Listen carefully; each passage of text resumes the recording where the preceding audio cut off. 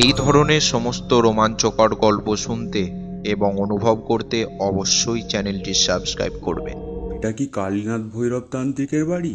আমি আশ্বস্ত বোধ দিয়ে বললাম, আপনার সমস্যা কি? আমার বড় মেয়েকে নাকি কর্ণপিশাচিনী ধরেছে। তাদের বাড়িতে প্রবেশ করার আগেই শুনতে পেলাম এক ভয়ানক কণ্ঠস্বর। তাদের বাড়িটি সম্পূর্ণ চলল তাদের দোতলার ঘরে। ওখানে গিয়ে আমি খানিকক্ষণ বিশ্রাম নিলাম। কিছুক্ষণ পর শ্যামল আমার ঘরে আসলো।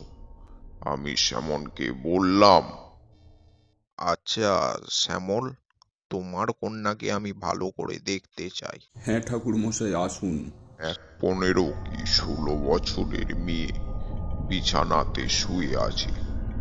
আমি ভালো করে পর্যবেক্ষণ করলাম মেয়েটিকে এবং বিশেষভাবে লক্ষ্য করলাম তার কানে একটা কালশিটে দাগ।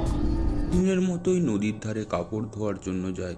সে ছিল গ্রামের খুব প্রিয় এবং নম্র একটি মেয়ে। আমার পরিবার ছিল সমাজের সাধারণ কিন্তু আদর্শবান। কাপড় ধুতে যায় কিন্তু অনেক দেরি হওয়ার সত্ত্বেও বাড়ি ফেরে না। আমার স্ত্রী সুনিতা আমাকে বলল, দেখো তো, মাধুরী অনেকক্ষণ নদীতে কাপড় ধুতে গেছে, কিন্তু এখনো ফেরেনি। ঠিক সেই মুহূর্তেই আমাদের গ্রামের এসে বলে, কাকু কাকু, শিগগিরই চলো, মাধুরী দিদি নদীতে ভেসে যাচ্ছিল। গ্রামের কিছু লোক দিদিকে উদ্ধার করে। গ্রামের কিছু বউ আমার কন্যার জ্ঞান ফিরাবার চেষ্টা করছে, আর আমার মেয়ের কান দিয়ে গড়িয়ে চলেছে ফোঁটা ফোঁটা রক্ত। মা মাধুরী, কি হয়েছিল তোর? কিভাবে নদীর জলে পড়ে গেলি? সে যা উত্তর দেয় সেটা শুনে আমার ঘাড়ের লোম খাড়া হয়ে যায়। আমি কাপড় ধুচ্ছিলাম, হঠাৎ যেন মনে হলো কেউ আমার নাম ধরে রাখছে। সঙ্গে সঙ্গে পিছন থেকে তাকিয়ে দেখি তীর জলের রং হঠাৎ লাল হয়ে যায়। দেখি যার চোখগুলি আগুনের মতো জ্বলছে, হাতির মতো কান, তার শরীর থেকে বেরিয়ে আসছে এক বিশ্রী গন্ধ। আমাকে গ্রাস করতে চায়। হঠাৎ করেই আমি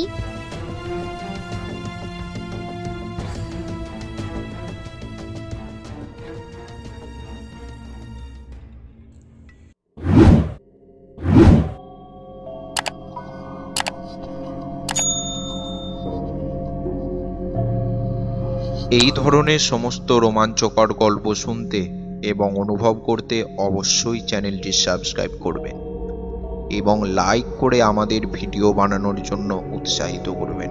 কমেন্ট করে অবশ্যই জানাবেন কেমন লাগলো আজকের গল্প। শেয়ার করে পৌঁছে দেবেন আপনাদের বন্ধু বান্ধব আত্মীয় স্বজনের কাছে। প্রতি সপ্তাহে আমরা 2টি করে গল্প নিয়ে আসি আপনাদের জন্য, তাই অবশ্যই চ্যানেলটি সাবস্ক্রাইব করে বেল আইকনটি প্রেস করবেন। ধন্যবাদ।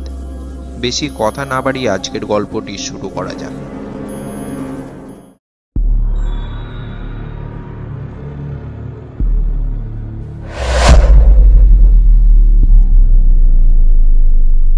আজ অফিস থেকে তাড়াতাড়ি ছুটি হয়ে গেছে, তাই অনুপম আর আমি দুজন মিলে চললাম ঠাকুরমশাইয়ের বাড়ির দিকে।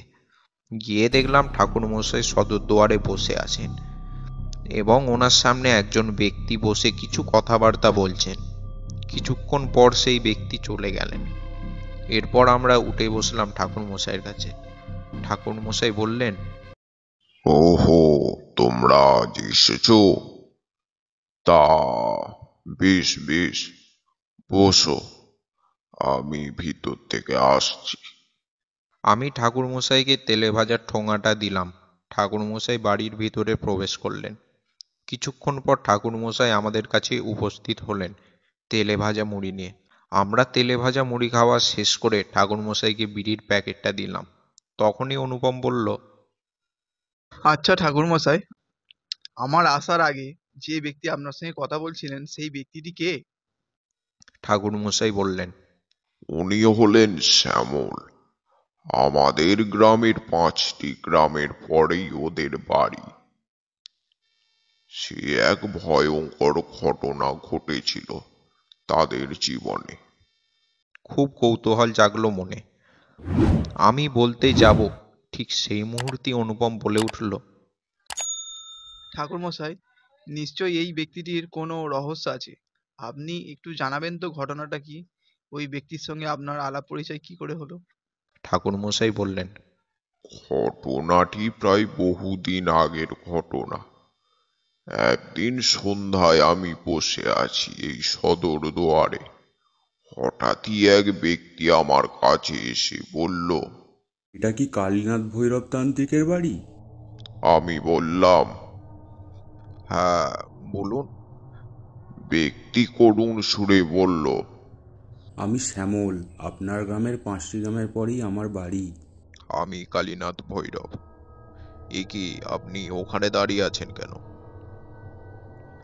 এখানে আসুন, বসুন, বলুন কি বলছেন। ঠাকুরমশাই, আমি খুব বিপদের মধ্যে আছি। আমাকে দয়া করে বিপদ থেকে রক্ষা করুন। আমি আশ্বস্ত বোধ দিয়ে বললাম, আহা, শান্ত হন। আপনার সমস্ত কথা আমাকে বলুন। আমার স্বার্থের মধ্যে হলে আমি নিশ্চয়ই সাহায্য করব আপনাকে। আপনার সমস্যা কি? ব্যক্তি বলতে শুরু করলো, আমার বড় মেয়েকে নাকি কর্ণপিশাচিনী ধরেছে। আপনি একবার আমার গৃহে চলুন। আমি আর এর বেশি কিছু বলতে পারছি না ঠাকুরমশাই। এরপর তার সঙ্গে চললাম তাদের বাড়ি।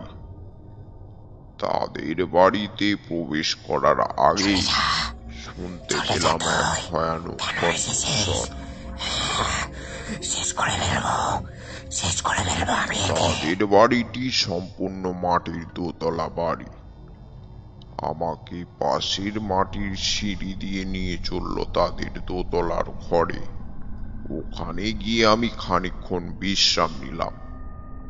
দুপুরের আহার সম্পূর্ণ করে আমি শ্যামলকে আমার ঘরে আসবার জন্য বললাম।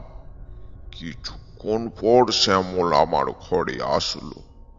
আমি শ্যামলকে বললাম, আচ্ছা শ্যামল, তোমার কন্যাকে আমি ভালো করে দেখতে চাই। হ্যাঁ ঠাকুরমশাই, আসুন।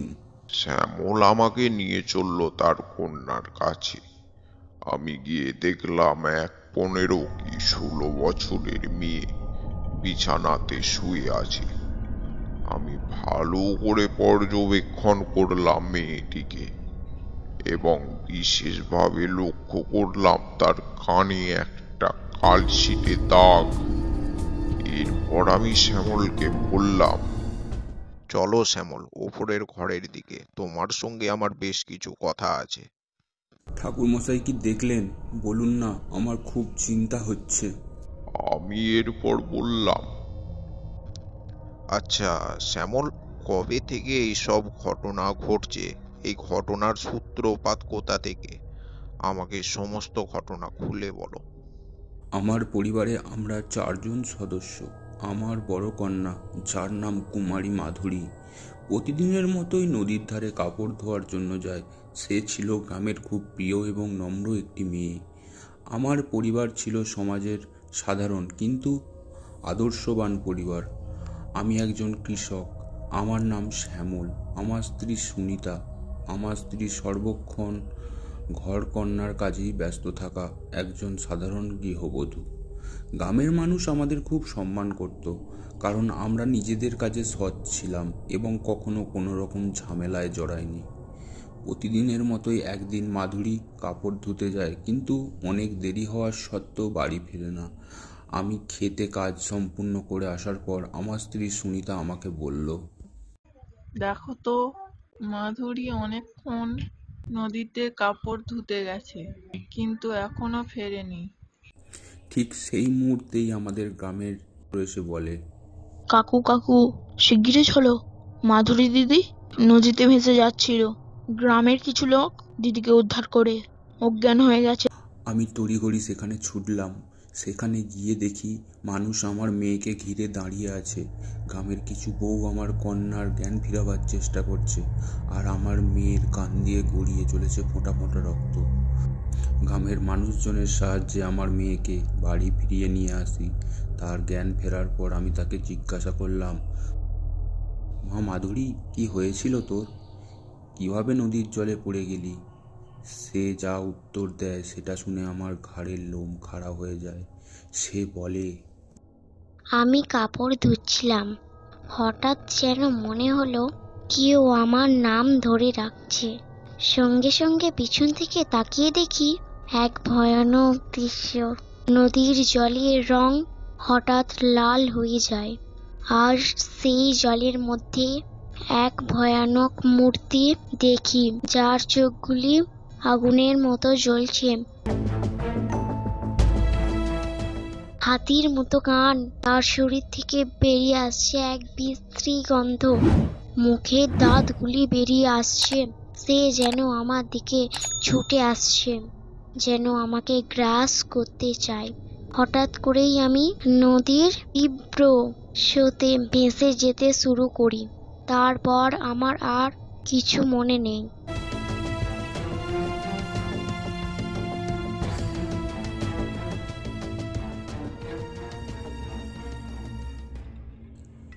এরপর বেশ কিছুদিন কেটে যায়। তার মধ্যে কিছু অস্বাভাবিক পরিবর্তন লক্ষ্য করি আমরা। সে আগের মতো মিষ্টি এবং নম্র মেয়ে আর ছিল না। সে যেন সব সময় কিছু একটা চিন্তায় আচ্ছন্ন হয়ে থাকত। তার দৃষ্টির গভীর আর শূন্য ছিল। কেউ কোনো প্রশ্ন করলে সে হঠাৎ করেই রাগান্বিত হয়ে উঠত। মাধুরী আর স্বাভাবিক জীবনযাপনে ফিরে আসতে পারছিল না। আমি অনেক বৈদ্য, ওঝা, গুণিনের কাছে মেয়েকে নিয়ে যাই। অনেকেই তাকে বিভিন্ন রকম মন্ত্র, তাবিজ ইত্যাদি দিয়ে চিকিৎসা শুরু করেছিল, কিন্তু কিছুতেই মাধুরী ভালো হচ্ছিল না। কমে পরিবারের অবস্থা আরও খারাপ হয়ে যায়। আমাদের গ্রামের মাধুরীর এমন আচরণ নিয়ে নানান কথা ছড়িয়ে পড়তে থাকে।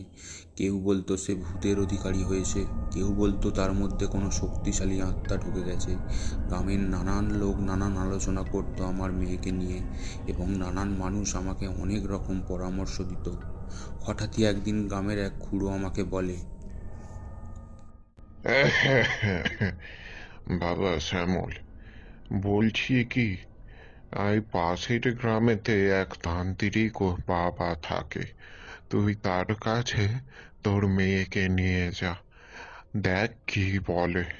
আমি খুড়োর কথা মতো মেয়েকে নিয়ে চললাম সেই তান্ত্রিকের কাছে, যিনি মন্দিরের পাশেই বাস করতেন। গুণিন আমার মেয়েটিকে পরীক্ষা করার পর বলে, মেয়েটির ওপর কর্ণপিশাচিনীর প্রকোপ রয়েছে। কর্ণপিশাচিনী হলো এক ধরনের অতি প্রাকৃতিক শক্তি, যা মানুষের কর্ণে বা কানে ঢুকে তার মস্তিষ্ককে প্রভাব করে। এটি খুবই শক্তিশালী এবং ভয়ঙ্কর আত্মা। সাধারণ ওঝা বৈদ্যদের দ্বারা এর চিকিৎসা সম্ভব নয়। মেয়েটিকে বাঁচাতে পারে একমাত্র কালীনাথ ভৈরব, যিনি একজন পরিক্রমী তান্ত্রিক। তুমি এক কাজ করো, আমাদের গ্রাম ছাড়িয়ে 4টি গ্রামের পর পড়বে সেই কালীনাথ ভৈরব তান্ত্রিকের বাড়ি। তুমি তার কাছে গিয়ে দেখো। আমি দেরি না করে আপনার কাছে ছুটে চলি। ঠাকুর মশাই, আমার মেয়েটাকে আপনি বাঁচান। শোনো শ্যামল, আমি আগামীকাল তোমার ঘরে মা মহাকালীর পূজা করব। বিশেষ কিছু জোগাড় লাগবে, আমি সেইগুলি তোমাকে লিখে দিচ্ছি। এরপর আমি সমস্ত জিনিস লিখে দিলাম। পূজার প্রধান বস্তু ছিল 3টি কালো লোমের পাঁঠা। পুজোর দিন সকাল থেকেই তাদের বাড়িতে পূজার প্রস্তুতি শুরু হয়ে গেল। আমি একটি যজ্ঞকুণ্ড তৈরি করলাম। সন্ধ্যার পর শুরু করলাম মূর্তি তৈরির কাজ। মূর্তি সম্পূর্ণ করে বসলাম পূজায়। দীর্ঘক্ষণ ধরে পূজা চলতে রইল। যতই সময় এগোচ্ছে, মাধুরীর মধ্যে থাকা পিশাচ যন্ত্রণাতে ছটফট করছে। এরপর শুরু হলো বলির প্রক্রিয়া। আমি পাঁঠাটিকে মায়ের কাছে উৎসর্গ করে নিয়ে চললাম যুবরাষ্ট্রের কাছে।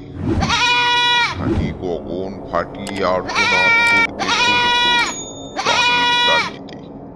আমি কোনো বিবেচনা থেকে বিরত থেকে এক দৃষ্টিতে পাঁঠাটিকে হাড় কাটে গলিয়ে এক কোপে মস্তচ্ছেদন করি।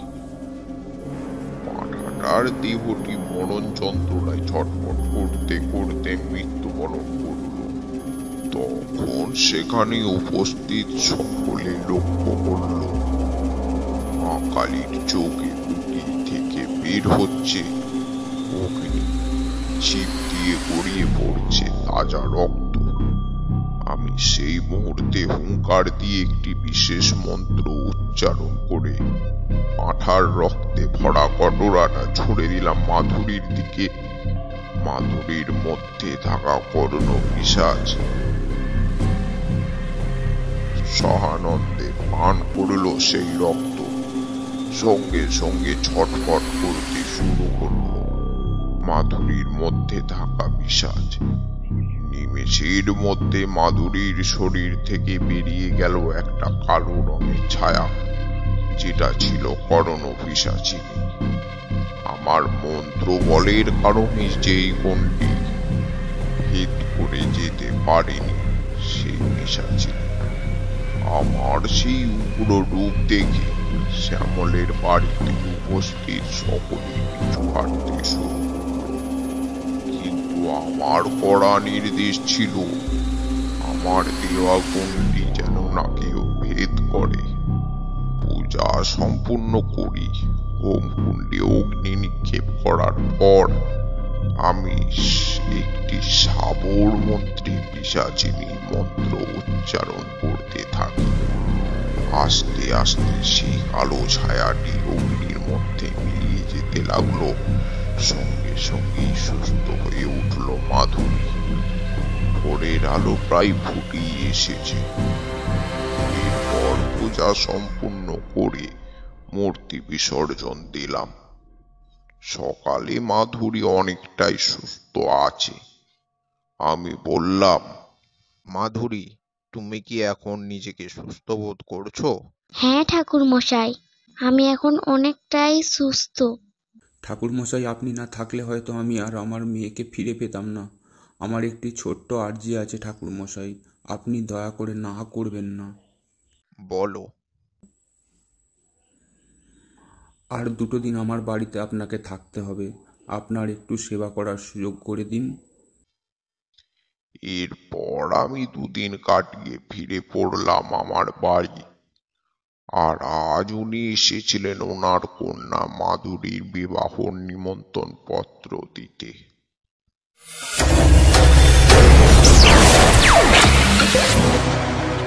গল্পটি কেমন লাগলো অবশ্যই জানাবেন এবং চ্যানেলটি সাবস্ক্রাইব করে আমাদের পাশে থাকবেন। ধন্যবাদ।